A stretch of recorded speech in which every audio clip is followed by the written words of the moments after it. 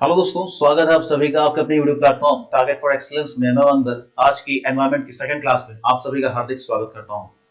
जैसा कि स्क्रीन पे दोस्तों आप देख पा रहे होंगे, आज का हमारा टॉपिक है इकोसिस्टम। दोस्तों क्या टॉपिक है आज का हमारा? इकोसिस्टम। ये देखिए, इकोसिस्टम हिंदी में दोस्तों पारिस्थितिकी तंत्र कहा जाता है। इसे पारिस्थितिकी तंत्र, ठीक है। स्पेलिंग आप लोग देख लीजिएगा। तो इंग्लिश में दोस्तों इसे इकोसिस्टम कहा जाता है, हिंदी में पारिस्थितिकी तंत्र।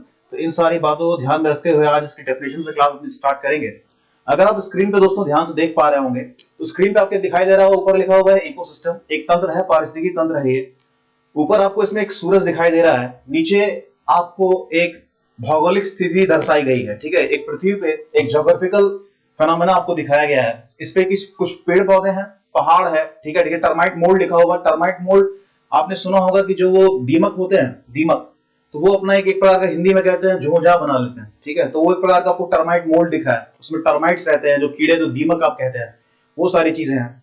साथ में अगर आप पानी में देखें तो पानी के अंदर आपको कुछ मछलियां दिखाई दे रही हैं, प्रोटोजोआ, एल्गे, प्रोटिस्टा, ये सारी चीजें आपको दिखाई दे रही हैं। तो ये साइंस क्लास में आपको बताया जाएगा कि प्रोटोजोआ क्या होता है, एल्गे क्या होता है। वैसे मैं बता दूं कि आपके जो छोटे और माइक्रो ऑर्गेनिजम्स होते हैं, जो बैक्टीरिया होते हैं, ठीक है, जो वायरसेस होते हैं, जो बैक्टीरिया होते हैं, बेसिकली वायरस का क्लासिफिकेशन अलग होता है। अभी इसमें बैक्टीरिया ही रखा जाएगा प्रोटोजोआ के अंदर, ठीक है। अभी एक क्वेश्चन आपका यूपी जूनियर एडेड में आया हुआ था कि अमीबा कैसा प्राणी है, ठीक है। तो वो एक प्रोटिस्टा है, एक बैक्टीरिया प्रोटिस्टा है। प्रोटिस्टा एक फैमिली होती है, वो साइंस में बात की जाएगी आपसे।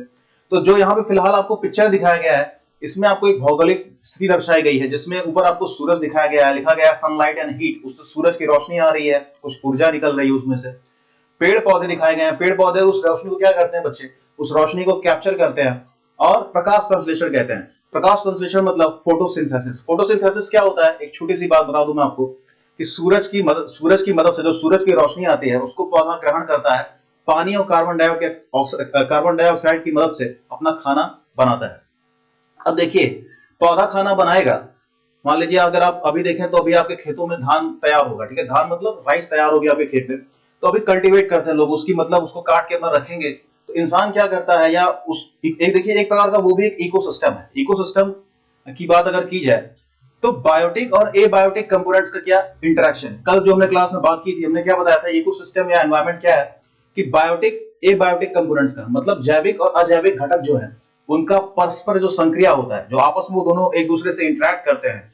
जैसे इंसान या जितने भी जानवर हैं, किस पे निर्भर है? एबायोटिक कंपोनेंट्स के ऊपर, अजैविक घटक के ऊपर। अगर इंसान के पास पानी ना हो, हवा ना हो, तो जीवित नहीं रह पाएगा।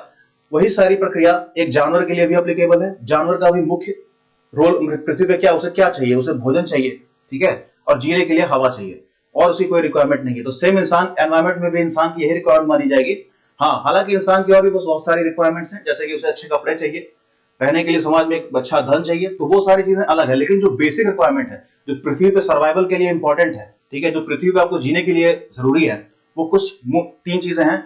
आपने पिक्चर में डायलॉग भी सुना होगा, रोटी कपड़ा मकान। ये तीन चीजें हैं, ठीक है, रोटी कपड़ा मकान, जो हर किसी को चाहिए। बस जानवर को कपड़ा नहीं चाहिए, ठीक है, बाकी ये दोनों चीजें उसे चाहिए। उसे रहने के लिए घर भी चाहिए, खाने के लिए रोटी भी चाहिए। ये हर एक जानवर, इंसान भी एक प्रकार का जानवर ही है, ठीक है। अरस्तु ने कहा है कि man is a social animal, ठीक है। तो इंसान भी एक प्रकार का सोशल जानवर ही है, ठीक है। तो दो चीजें यहाँ पे एनवायरमेंट में इंपॉर्टेंट है। एक तो उसके पास रोटी होना चाहिए, दूसरा उसके पास रहने के लिए हैबिटेट होना चाहिए या मकान होना चाहिए। तो इतनी बातें हम लोगों ने समझा, ठीक है। तो बेसिकली ये आपका जो फोटो दिखाया गया है, इकोसिस्टम, ये पारिस्थितिक तंत्र का फोटो है, जिसमें एक दूसरे से चीजें लोग क्या कर रहे हैं, पौधे से क्या हो रहा है कि जो आपके जो टर्माइट मोल्ड से कीड़े मकोड़े हैं, वो पौधे में कहीं ना कहीं अपना भोजन प्राप्त कर रहे हैं। उनको फिर मेढक खा रहा है, ठीक है, मेढक को फिर सांप खा रहा है, सांप को फिर बाज खा रहा है। यहाँ पे मछलियां, कुछ जो आपके एल्गे हो गए, जैसे प्रोटोजोआ एल्गे दिखा रहा है, उनको मछलियां खा रही हैं, ठीक है।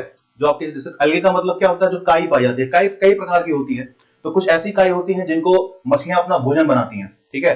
तो एक प्रकार का फूड चेन इकोसिस्टम यहाँ पे बना हुआ है। हर कोई एक दूसरे से इंटरेक्ट कर रहा है, कोई पानी में जीवित है, कोई हवा लेके जीवित है।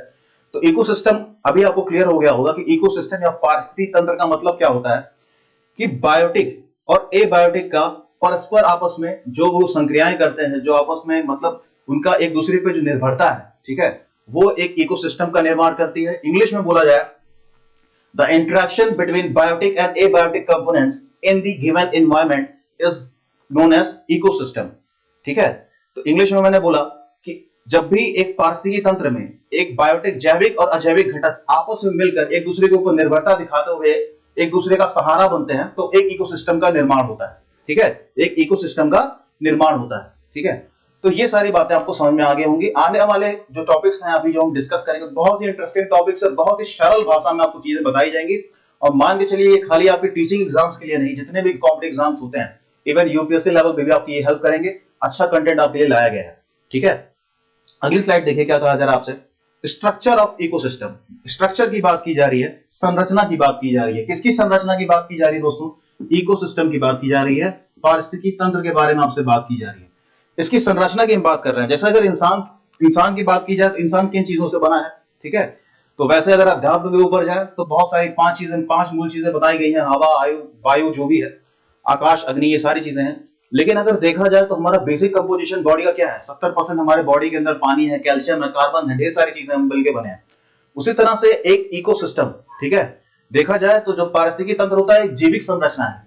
एक जीवित मतलब जीवित एक चल रहा है, परस्पर इसमें क्रियाएं चल रही हैं, जो क्रियाएं कर रहा है वो एक जीवित संरचना है। तो आपका जो स्ट्रक्चर है इकोसिस्टम का, जो संरचना है, उसमें दो चीज मुख्यतः है। पहली चीज है बायोटिक, दूसरा चीज है एबायोटिक। कल हमने बात की थी कि इकोसिस्टम बनाने के लिए दो चीजें जरूरी है, एक जैविक घटक और दूसरा अजैविक घटक, और ये दोनों आपस पे एक निर्भर रहते हैं, ठीक है। हालांकि जो जैविक घटक होता है वो अजैविक के ऊपर निर्भर रहता है, अजैविक का उससे कोई लेना देना नहीं है। अगर मान लीजिए एक छोटा सा एग्जांपल मैं लूं कि अभी इंसानों ने पृथ्वी पे ढेर सारे लोग, इंसान की जो पॉपुलेशन इस समय जितने भी जानवर पृथ्वी पे है मैक्सिमम अमाउंट में, हालांकि बैक्टीरिया बताया जाता है सबसे ज्यादा है, लेकिन एक मोटी मोटा अगर बात की जाए तो जो आपके जानवरों की संख्या है उसमें इंसान जो आपको दिखाई देता है मैक्सिमम पॉपुलेशन में है। लेकिन अगर ऐसा कुछ हो कि इंसान पृथ्वी से विलुप्त हो जाए, जैसे कि डायनासोर्स हुए थे, तो ऐसा कुछ तो नहीं होगा कि पृथ्वी से पानी खत्म हो जाएगा, ऑक्सीजन खत्म हो जाएगा। वो तो डायनासोर खत्म हुए तब भी नहीं हुआ, तो वो अभी भी नहीं होगा। तो इसी तरीके से जो अजैविक घटक हैं, जैविक घटक के रहने से बहुत ऐसा नहीं कह सकते कि एकदम प्रभाव नहीं पड़ेगा, लेकिन बिल्कुल कोई बहुत ज्यादा प्रभाव नहीं पड़ेगा। हालांकि दोनों आपस से इंटरलिंक्ड हैं, बायोटिक जैविक और अजैविक घटक दोनों आपस में परस्पर मतलब एक दूसरे के ऊपर निर्भर है। कहीं ना कहीं अगर एक गायब हो गया, मान लीजिए मैंने कहा पूरा बायोटिक सिस्टम ही गायब कर दो, एक उसका प्राणी नहीं मतलब पूरा जैविक घटक ही गायब कर दो, कोई जिंदा पृथ्वी पर रह ही ना जाए, तो जाहिर सी बात है कहीं ना कहीं जो आपका अजैविक घटक है उसके ऊपर भी असर पड़ेगा। आगे की बातों में हम समझेंगे कि क्यों असर पड़ेगा। हालांकि इस बात को आप ध्यान रखिएगा कि दोनों आपस में एक दूसरे के ऊपर निर्भर है, पर ज्यादा निर्भर कौन है? बायोटिक, जैविक, अजैविक के ऊपर, ठीक है। दोनों निर्भर है एक दूसरे के ऊपर। आने वाली स्लाइड्स में हम समझेंगे कैसे निर्भर है, ठीक है। तो आप समझ गए कि इकोसिस्टम क्या होता है, पारिस्थितिकी तंत्र क्या होता है, अभी डेफिनेशन हमने बात की। उसके बाद हमने समझा कि कौन सी दो चीजें ऐसी हैं जो एक पारिस्थितिकी तंत्र का या इकोसिस्टम का निर्माण करती हैं, वो हमने देखा। अब हम इनके बारे में थोड़ा सा बृहद लेवल पर चर्चा करेंगे कि आखिर जैविक और अजैविक घटक होते क्या हैं, कैसे कैसे एक दूसरे की मदद करते हैं।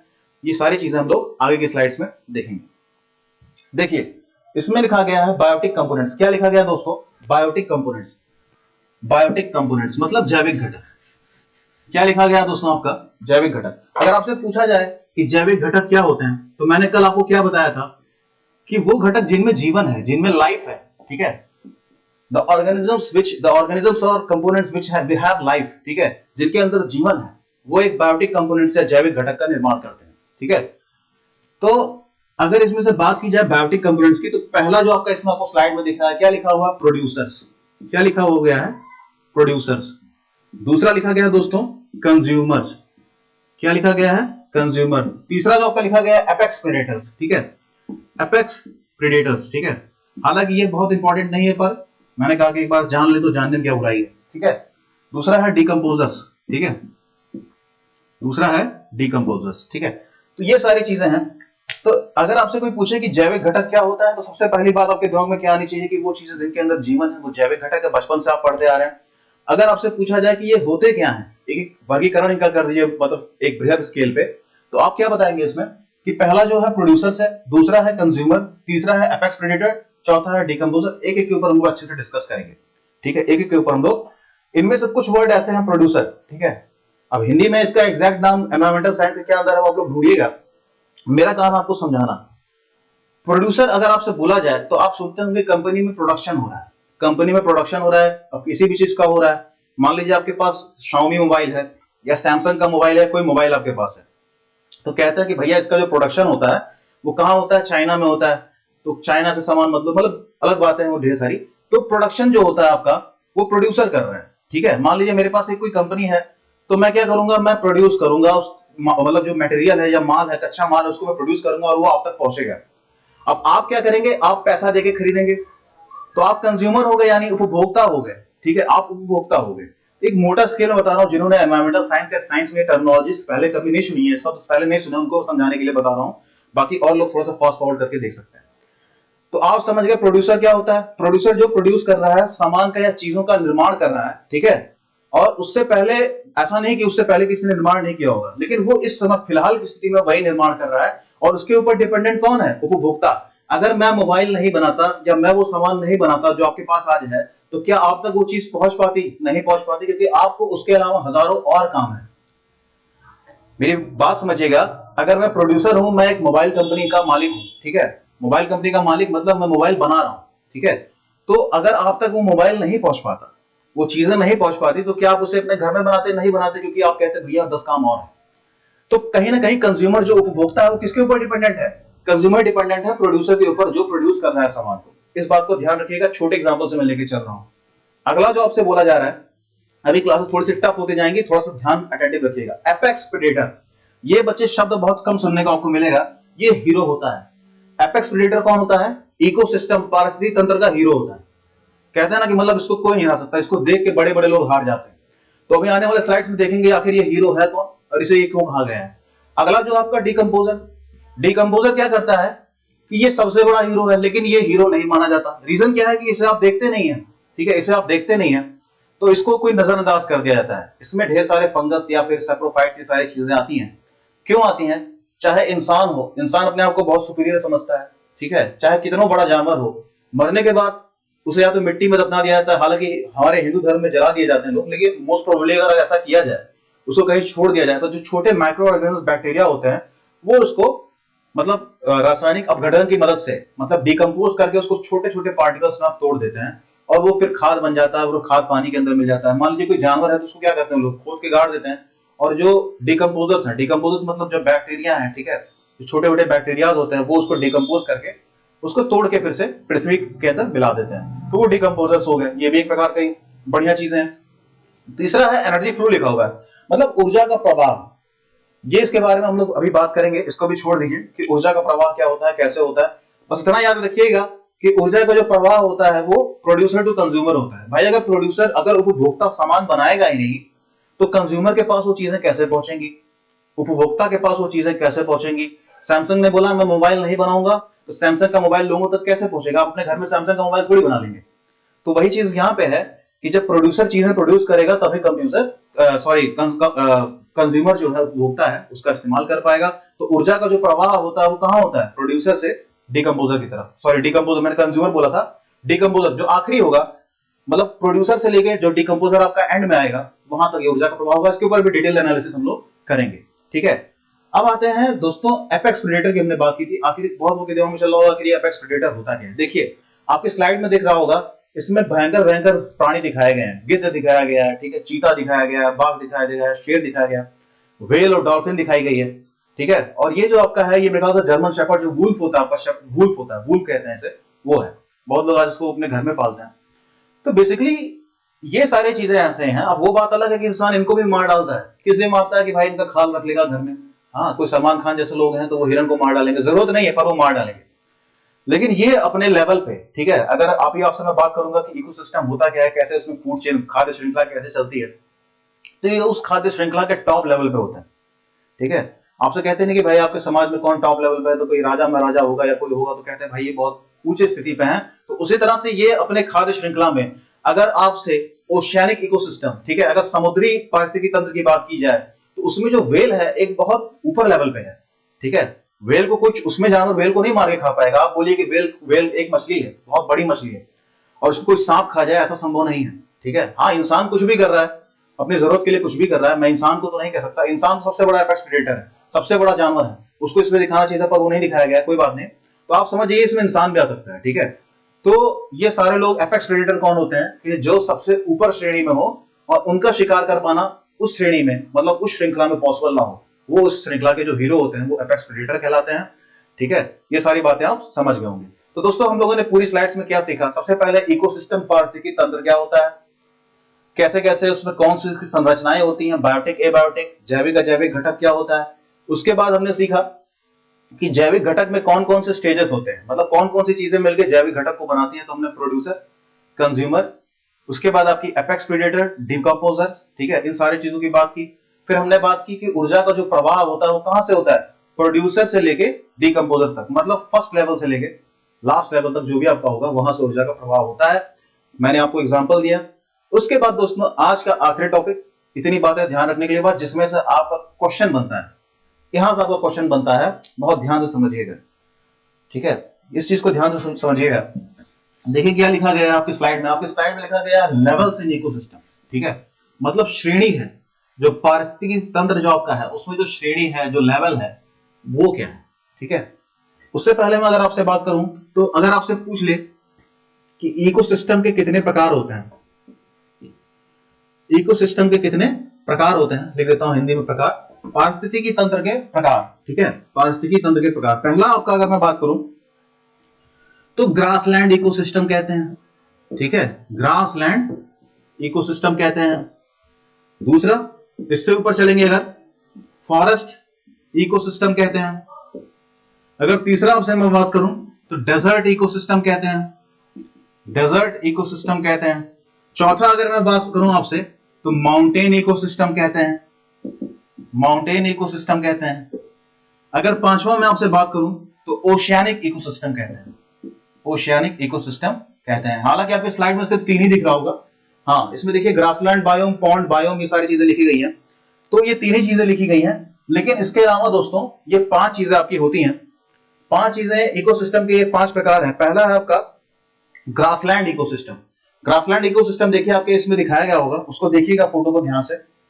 अगला जो इकोसिस्टम मैंने लिखा है दोस्तों वो लिखा गया आपका क्या, देखिए लिखा गया फॉरेस्ट इकोसिस्टम। क्या लिखा गया है, फॉरेस्ट इकोसिस्टम। तो फॉरेस्ट इकोसिस्टम क्या होता है वो भी बात करेंगे आपसे। अगला जो आपसे लिखा गया है डेजर्ट इकोसिस्टम, डेजर्ट इकोसिस्टम लिखा गया है, वो आपके इसमें दिखाया नहीं गया है पर ये भी होता है। माउंटेन इकोसिस्टम, उसके बाद ओशियानिक इकोसिस्टम वो दिखाया गया है, ठीक है। तो इन सारी चीजों पे आपसे बेहद लेवल पर डिस्कस मैं करूंगा। ग्रासलैंड इकोसिस्टम भी आपकी स्लाइड में मैं बता दूंगा। फॉरेस्ट इकोसिस्टम देखिए क्या होता है। फॉरेस्ट इकोसिस्टम दोस्तों जंगल, फॉरेस्ट की बात की जा रही है, जंगल, जंगल में कैसा पारिस्थितिकी तंत्र बनेगा आप सोचिए।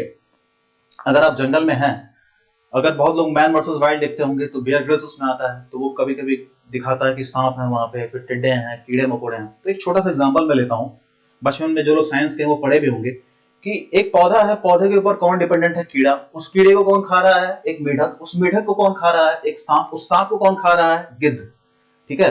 और उस गिद्ध को कौन खा रहा है, कोई नहीं, ठीक है। गिद्ध को मरने के बाद उसको जो डिकम्पोजर्स हैं वो उसको खा रहे हैं, ठीक है। तो टॉप लेवल पे आपका डिकम्पोजर हो गया। प्राथमिक लेवल पे आपका कौन है, यहाँ पे वो छोटा सा घास है जहां से चीजें शुरू हुई हैं। तो वो एक फॉरेस्ट लेवल ऑफ इकोसिस्टम की बात हो गई। कहीं ना कहीं फॉरेस्ट लेवल जो इकोसिस्टम है, माउंटेन लेवल जो इकोसिस्टम, वो ग्रासलैंड बायोम के अंदर ही आता है, चीजें कॉमन है, इसलिए यहाँ पे तीन ही आपको दिखाया गया है, ठीक है। पॉन्ड बायोम है। अच्छा, बायोम और इकोसिस्टम में अंतर क्या है? बायोम क्या होता है कि इकोसिस्टम का बहुत बड़ा बृहद जो लेवल होता है, ठीक है, जिसमें ढेर सारे इकोसिस्टम होते हैं, वो एक बायोम है, ठीक है। मतलब एक इकोसिस्टम मान लीजिए एक छोटे लेवल पे है, दो तीन इकोसिस्टम हो गए तो एक बायोम बना देते हैं। तो यहाँ पे ग्रासलैंड बायोम की बात की है, तो समझिए इकोसिस्टम की बात कर रहा है, कोई बहुत अंतर उसमें नहीं है। अच्छा देखिए क्वेश्चन क्या बनता है, तो ये सब समझ गए होंगे आप लोग कि ग्रासलैंड क्या होता है, मतलब जो आपके मैदानी क्षेत्रों में जो इकोसिस्टम होता है, जहां घास होती है। फॉरेस्ट क्या होता है, जंगल में जो इकोसिस्टम बनेगा। डेजर्ट इकोसिस्टम, मरुस्थलीय पारिस्थितिकी तंत्र, ठीक है, जो मरुस्थल में, जैसे कैक्टस, कैक्टस के ऊपर कौन जाएगा, तितली, तितली को कौन खाएगा, छिपकली, छिपकली को कौन खाएगा, सांप खाएगा, ठीक है, तो सांप को फिर गिद्ध खाएगा, गिद्ध मरने के बाद फिर से डिकम्पोजर खाएंगे। माउंटेन इकोसिस्टम, ओशियानिक इकोसिस्टम आपसे बात करने वाले हैं अभी, ठीक है। तो ये पांच तरह के इकोसिस्टम आपने नोट कर लिए होंगे जो मैंने बताए, और जो मैं एक्सप्लेन करने जा रहा हूं उसको भी बहुत ध्यान से सुनिएगा, ठीक है। क्या लिखा गया, देखिए दो चीजें, ट्रॉफिक लेवल, ये कभी पूछ जाता है कि ट्रॉफिक लेवल क्या होता है, ठीक है। उसमें देखिए क्या लिखा गया है, ट्रॉफिक लेवल। अब दोस्तों एग्जाम क्या होता है कि आप जूनियर एडेड में भी देखिए, तो जो क्वेश्चन आया हुआ था, आपसे पूछा गया था, देखिए क्वेश्चन आया था, बच्चे कहते हैं सर हिंदी में नहीं बताते हैं, हिंदी में बताया करिए। सुनिए, अभी क्वेश्चन आया था आपका कि सिलेंट्रेटा में polyp, in which of the following organisms polyp and medusa are found. Question था, इंग्लिश में सुनिएगा बच्चों, कि in which of the following polyp and medusa your found, उसका ऑप्शन दिया गया था पॉलीफेरा, सिलेंड्रेटा, ब्रैटियोhelminthes, नेमेटोhelminthes जो भी था। तो उसका आंसर पॉलिप और मेडुसा का आंसर था सिलेंड्रेटा। ठीक है, तो हिंदी में क्या क्वेश्चन था? अब बोलेंगे सर हिंदी में बताइए, तो हिंदी में क्या लिखा हुआ था? इनमें से पॉलिप और मेडुसा किसमें पाया जाता है? ऑप्शन वही सारे। तो हिंदी में क्या करता है, अब इसी ट्रॉफिक लेवल को जानते हो कैसे लिख देगा? ऐसे लिख देगा ट्रॉफिक लेवल, ठीक है, या ट्रॉफिक श्रेणी कर देगा। तो कहीं ना कहीं आपका जो अंग्रेजी शब्द है उसको भी प्राथमिकता दी जा रही है, रीजन बिहाइंड कि अभी ये थोड़ा सा चलन में है ये भाषा, तो इस वजह से इसको थोड़ा सा अडॉप्ट करने की कोशिश कीजिए। बाकी मैं समझा रहा हूं आपको समझ में आ जाएगा। तो मैं बता रहा था कि ट्रॉफिक लेवल किसे कहा जाता है, ट्रॉफिक लेवल क्या होता है? ट्रॉफिक लेवल बच्चे अगर आप स्लाइड में देखें तो लिखा हुआ है primary producer, primary consumer, secondary consumer, tertiary producer. ये क्या होता है बच्चे? एक पोजीशन है। किसकी पोजीशन है? मान लीजिए इकोसिस्टम में, मान लीजिए पोजीशन किसकी है? ये एक इकोसिस्टम में किसी प्राणी की, किसी जीव की जो रैंकिंग है या पोजीशन है, ठीक है। जैसे मान लीजिए इसमें देखिए लिखा गया है कि ग्रास प्राइमरी प्रोड्यूसर, मतलब ये प्रथम श्रेणी पे है जो प्रोड्यूस कर रहा है, तो इसकी पोजीशन क्या हो गई? नंबर 1। तो जो इसकी रैंकिंग है, जैसे आपके क्लास में बच्चे रैंकिंग की जाती है कि भाई ये नंबर 1 पे है, नंबर 2 पे है, नंबर 3 पे है, उसी तरह से इकोसिस्टम के अंदर जो खाद्य श्रृंखला होती है, ठीक है, जो खाद्य श्रृंखला है उसमें जो प्राणी का पोजीशन है कि पहले लेवल पे कौन है, तो आपने बोल दिया घास है। उसके बाद कौन आता है दूसरे लेवल पे? प्राइमरी। अब इसमें देखिए कि पहले प्रोड्यूसर है, उसके बाद कंज्यूमर है, उसके बाद डिकम्पोजर है। इसमें डिकम्पोजर दिखाया नहीं गया, लास्ट में डिकम्पोजर भी आपका आएगा। तो प्राइमरी प्रोड्यूसर कौन हो गया? घास हो गया। प्राइमरी कंज्यूमर कौन हो गया? आपका टिड्डा या ग्रासहोपर हो गया। सेकेंडरी कंज्यूमर मतलब जो द्वितीय उपभोक्ता है वो आपका यहाँ चूहा दिखाया गया है, तो मेढक भी हो सकता है, चूहा भी हो सकता है। टर्शियरी कंज्यूमर आपका कौन हो गया? आपका सांप हो गया। और क्वाटरनरी मतलब चतुर्थ, आपका जो चतुर्थ कंज्यूमर, फोर्थ लेवल पे आपका जो उपभोक्ता है, ठीक है, चतुर्थ श्रेणी में जो आपका आता है वो यहाँ पे एक गिद्ध आ गया, ठीक है। तो इस तरह से जो इनकी रैंकिंग की गई है, जो इनका पोजीशन की गई है, वो कहां से आपको मालूम पड़ती है? ट्रॉफिक लेवल से। तो अगर आपसे कोई पूछ ले कि ट्रॉफिक लेवल क्या होता है, तो आपको ऑप्शन में अगर दिखा मिल जाए कि द रैंकिंग और पोजीशन, ठीक है, उसकी जो स्थिति है, जो उसकी रैंकिंग है उस इकोसिस्टम में, किस लेवल पे है वो उस खाद्य श्रृंखला में, तो वो आप उसमें मार्क करेंगे। वो बेसिकली उसकी पोजीशन और रैंकिंग दिखाता है। बायोम मैंने आपको बताया क्या होता है कि एक इकोसिस्टम बड़ा बृहद स्केल पे जो बड़ा इकोसिस्टम होता है उसे एक बायोम कहते हैं। एक प्रकार का वो भी इकोसिस्टम ही है, उसमें ढेर सारे प्राणी आपस में इंटरेक्ट करते हैं, परस्पर क्रिया करते हैं, ठीक है। अब बात करते हैं दोस्तों, एक छोटा सा एग्जांपल लेके इस क्लास को एंड करते हैं कि खाद्य श्रृंखला क्या होती है। क्वेश्चन पूछ लिया जाता है आपसे, खाद्य श्रृंखला, फूड चेन, हिंदी में खाद्य श्रृंखला, ठीक है, लिख लीजिए आगे खाद्य श्रृंखला। एक एग्जांपल मैं इसमें से ले रहा हूं, ग्रासलैंड बायोम, ठीक है, मतलब जो मैदानी क्षेत्र में जो आपका इकोसिस्टम बनता है उसकी बात की जा रही है। यहां पे एक पौधा है, मैंने यहां प्लांट लिख दिया। इसको कौन खाएगा दोस्तों? इस प्लांट क्या करेगा? ये सूरज से रोशनी ले रहा है, ठीक है, और सूरज से रोशनी लेने के बाद क्या कर रहा है? फोटोसिंथेसिस यानी प्रकाश संश्लेषण कर रहा है, पौधा बढ़ रहा है। अब कुछ तिलचट्टे या टिड्डे इसको खाएंगे, ठीक है, मैं यहाँ पे ग्रास होपर लिख दे रहा हूं, तिलचट्टा लिख लीजिएगा आप, या टिड्डा जो भी कहते हैं, टिड्डा लिख लीजिएगा, ठीक है। एक मेढक आया, उसको भूख लगी थी, उसने क्या किया? इसको खा लिया ग्रास होपर को और खुश हो गया। इस मेढक ने क्या किया? उस ग्रास होपर को खा लिया और खुश हो गया। एक सांप आया, ठीक है, उसने क्या किया? इस मेढक को खा लिया। अब क्या होगा? इस स्नेक को, इस सांप को कौन खाएगा? एक गिद्ध खाएगा, ठीक है। गिद्ध को मैं वल्चर लिख दे रहा हूं, ठीक है, वल्चर लिख दे रहा हूं यहाँ पे। ये वल्चर मरने के बाद कहीं जमीन पे पड़ा होगा और इसके ऊपर कौन आ जाएगा? डिकम्पोजर अटैक कर देगा, डिकम्पोजर अटैक कर देगा। तो अब यहाँ पे ये समझिए कि जो पौधा है इसने सूरज की एनर्जी ली, सूरज की ऊर्जा ली। अभी इसमें स्लाइड जो हमने बात की थी एनर्जी फ्लो की, एक मिनट रुकिए, देखिए ये इसमें स्लाइड में कहां गया? हाँ ये रहा, energy flow producer to decomposer. मैं वो समझाने की कोशिश कर रहा हूं कि यहाँ पे प्रोड्यूसर कौन है दोस्तों? प्रोड्यूसर है यहाँ पे पौधा, ठीक है, प्रोड्यूसर यहाँ पे कौन है? पौधा। अच्छा, पौधे को प्रोड्यूसर क्यों कहा जाता है? क्योंकि इसे प्रोड्यूसर इसलिए कहा जाता है क्योंकि यह बिना किसी की सहायता के, मतलब डायरेक्टली एबायोटिक अजैविक घटक से अपना खाना बना सकता है, किसी और ऑर्गेनिज्म के ऊपर डिपेंडेंट नहीं है। जैसे इंसान है तो उसे खाने के लिए पौधे चाहिए, या राइस चाहिए, या गेहूं चाहिए, या चावल चाहिए, वो डायरेक्टली अपना खाना सूरज की रोशनी से या पानी से नहीं बना पाएगा। तो हम लोग कंज्यूमर की श्रेणी में, प्रोड्यूसर किसे कहा जाता है? कि जो डायरेक्टली अपना खाना सूरज की रोशनी से या उससे बना पाए, अजैविक घटक की सहायता से बना पाए, उसे प्रोड्यूसर कहा जाता है। तो यहाँ पे आपका प्रोड्यूसर कौन है, ठीक है, जो निर्माण कर रहा है वो कौन है, आपका पौधा है। ग्रास होपर आपका प्रथम श्रेणी का आपका कौन है, प्रथम उपभोक्ता है, ठीक है, प्रथम उपभोक्ता है। उसके बाद इसे आप द्वितीय लेवल पे कर सकते हैं, इसे थर्ड लेवल पे कर सकते हैं, इसे चतुर्थ श्रेणी या क्वार्टनरी लेवल पे कर सकते हैं। तो ये बातें आप समझ गए कि सूरज से और ऊर्जा किसने ली, पौधे ने, और उस पौधे से ऊर्जा किधर जा रही है, इधर। अब इसके अंदर एनर्जी किस फॉर्मेट में होगी, ग्लूकोज कार्बोहाइड्रेट इसके पौधे ने बना रखा होगा। अब इस पौधे को वो ग्लूकोज खाएगा, इसके अंदर जाएगा, फिर वहां से यहां जाएगा, यहां से यहां जाएगा, यहां से यहां जाएगा। तो एनर्जी क्या हो रही है, बह रही है। कहां से बह रही है, producer to decomposer, producer to decomposer. हालांकि स्लाइड में आपका वल्चर गिद्ध पे ही बंद कर दिया गया है, लेकिन ये मरने के बाद डिकम्पोजर खाएंगे, तो ये चीजें समझ जाएगा। अब कुछ इंपॉर्टेंट टर्मिनोलॉजीज है जो आपसे पूछ ली जाती हैं, थोड़ा सुन लीजिएगा, जिसमें बच्चे कंफ्यूज हो जाते हैं, ठीक है। हिंदी में आएगा तो समझ जाएंगे, इंग्लिश में अगर आपसे दे दिया ऑप्शन में तो फंस जाएंगे, ठीक है। कुछ चीजें देख लीजिए। नंबर एक जो आपका चीज है, अच्छा ठीक है स्लाइड इसमें नहीं बनाएगी ये। नंबर एक जो चीज है आपका ऑटोट्रॉफ, उसके बाद है आपका ऑटोट्रॉफ सैप्रोफाइट्स। ये भाई हिंदी में भी कभी कभी हिंदी में ऐसे लिख जाएगा, सापर एक मात्रा हो फाइट्स करके लिख जाएगा, इसलिए मैं बता रहा हूं। ऑटोट्रॉफ हो गया, सैप्रोफाइट्स हो गया, डिकम्पोजर्स, ठीक है। चलिए छोड़िए, बस इतनी ही चीजें हैं। तो ऑटोट्रॉफ कौन होता है, ऑटो मतलब क्या, ऑटो मतलब क्या दोस्तों, जो सेल्फ, ऑटो का मतलब क्या होता है, जो स्वयं खाना बना सके, जो स्वयं बिना किसी की मदद के अपना खाना बना सके, वो ऑटोट्रॉफ है, ठीक है।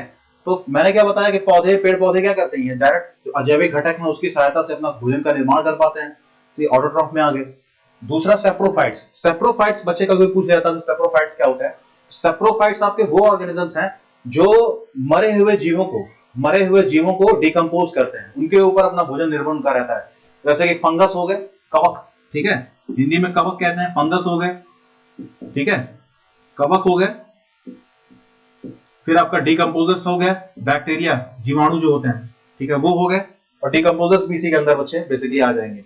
तो सैप्रोफाइट और ये चीजें, ठीक है। और भी न्यूट्रिशन की हम लोग बात करेंगे, जैसे कि होलोजोइक होता है, सैप्रोफिटिक होता है, ठीक है, ऑटोट्रॉफिक होता है। मतलब कैसे कौन खाना खा रहा है इस पृथ्वी के ऊपर, उसका भी एक चीजें बनाई गई हैं। तो उस सब चीजों की डिस्कशन आपसे अगले क्लासेस में की जाएगी।